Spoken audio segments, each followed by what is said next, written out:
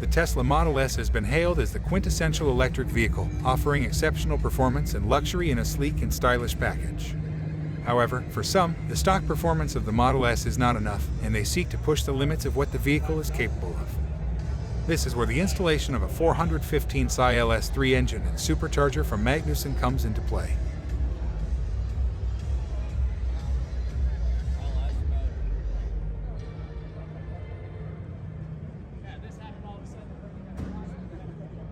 Pay attention to the elegant switch for controlling the sequential gearbox.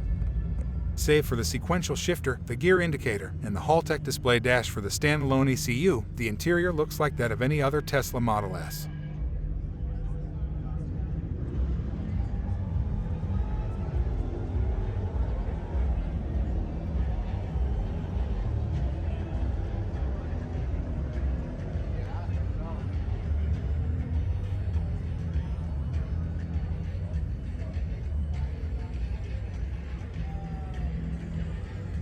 The build is a bit daft and it's bound to make some people mad, but it's no less a feat.